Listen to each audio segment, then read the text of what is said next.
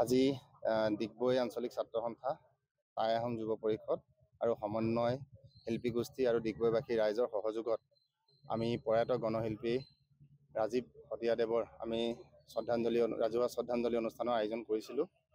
আৰু ৰাজীৱ ভটিয়াদেৱৰ দৰে জাতীয়তাবাদী কণ্ঠ, সাহসী কণ্ঠ, স্পষ্টবাদী যি কণ্ঠ, এই কণ্ঠ আমাৰ মাজৰ পৰা অকালতে হেৰাই গৈছে। আৰু এয়া আমাৰ অকল আমি তিনিচুকীয়াবাসীৰ বাবে নহয়, গোটেই অসমবাসীৰ বাবে এক অপূৰণীয় ক্ষতি।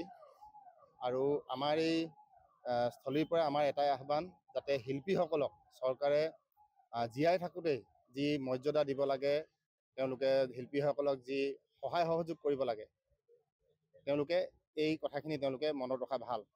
আৰু যিহেতু তেখেত গণশিল্পী, আৰু গণশিল্পী হিচাপে তেখেত আমাৰ মাজত সদায় জীয়াই থাকিব। তেখেতৰ যি সাহসী কণ্ঠ আৰু তেখেতৰ যি স্পষ্টবাদিতা, এই স্পষ্টবাদিতা আৰু তেখেতে যি জাতীয়তাবাদৰ যি সুৰ, জাতীয়তাবাদৰ যি কণ্ঠ, এই কণ্ঠ কিন্তু আমাৰ অসমবাসী ৰাইজে সদায় জীয়াই ৰাখিব।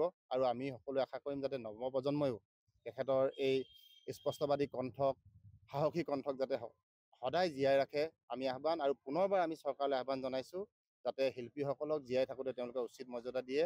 আৰু ইয়াৰ পৰা আমি আৰু এটা কথা ক'ব বিচাৰোঁ যে বিভিন্ন দল সংগঠনসমূহে তেখেতৰ বাসগৃহলৈ গৈ বিভিন্ন ধৰণে সহায় সহযোগ কৰিছে। টাই আহোম যুৱ পৰিষদো গৈছে। আমাৰ তিনিচুকীয়া জিলা ছাত্ৰ সন্থাইও তেখেতৰ স্মৃতি যুৱগমীয়া কৰাৰ স্বাৰ্থত এটি আবক্ষ মূৰ্তি তেখেতৰ স্থাপন কৰিব।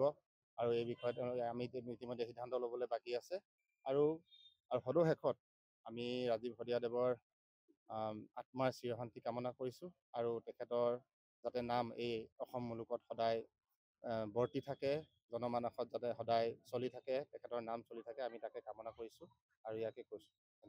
আজি ডিগবৈ আঞ্চলিক ছাত্ৰ সন্থা, টাই আহোম যুৱ পৰিষদ আৰু সমন্বয় শিল্পী গোষ্ঠী আৰু ডিগবৈবাসী ৰাইজৰ সহযোগত আমি প্ৰয়াত গণশিল্পী ৰাজীৱ ভটিয়াদেৱৰ আমি ৰাজহুৱা শ্ৰদ্ধাঞ্জলি অনুষ্ঠানৰ আয়োজন কৰিছিলোঁ।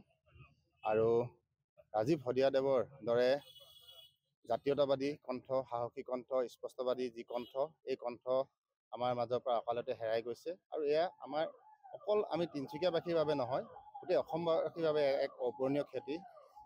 আৰু আমাৰ এই স্থলীৰ পৰা আমাৰ এটাই আহ্বান, যাতে শিল্পীসকলক চৰকাৰে জীয়াই থাকোঁতেই যি মৰ্যাদা দিব লাগে, তেওঁলোকে শিল্পীসকলক যি সহায় সহযোগ কৰিব লাগে, তেওঁলোকে এই কথাখিনি তেওঁলোকে মনত ৰখা ভাল।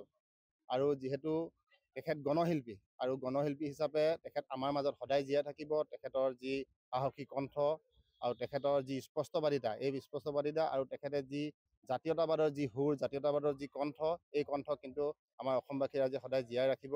আৰু আমি সকলোৱে আশা কৰিম যাতে নৱপ্ৰজন্মইও তেখেতৰ এই স্পষ্টবাদী কণ্ঠক, সাহসী কণ্ঠক যাতে সদায় জীয়াই ৰাখে, আমি আহ্বান। আৰু পুনৰবাৰ আমি চৰকাৰলৈ আহ্বান জনাইছোঁ যাতে শিল্পীসকলক জীয়াই থাকোঁতে তেওঁলোকে উচিত মৰ্যাদা দিয়ে।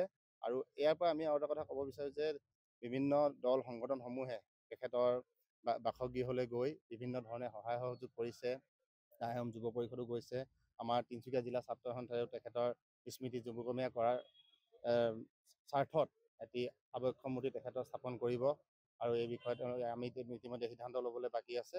আৰু সদশেষত আমি ৰাজীৱ ভটিয়াদেৱৰ আত্মাৰ চিৰশান্তি কামনা কৰিছোঁ। আৰু তেখেতৰ যাতে নাম এই অসম মুলুকত সদায় বৰ্তি থাকে, জনমানসত যাতে সদায় চলি থাকে, তেখেতৰ নাম চলি থাকে, আমি তাকে কামনা কৰিছোঁ আৰু ইয়াকে কৈছোঁ।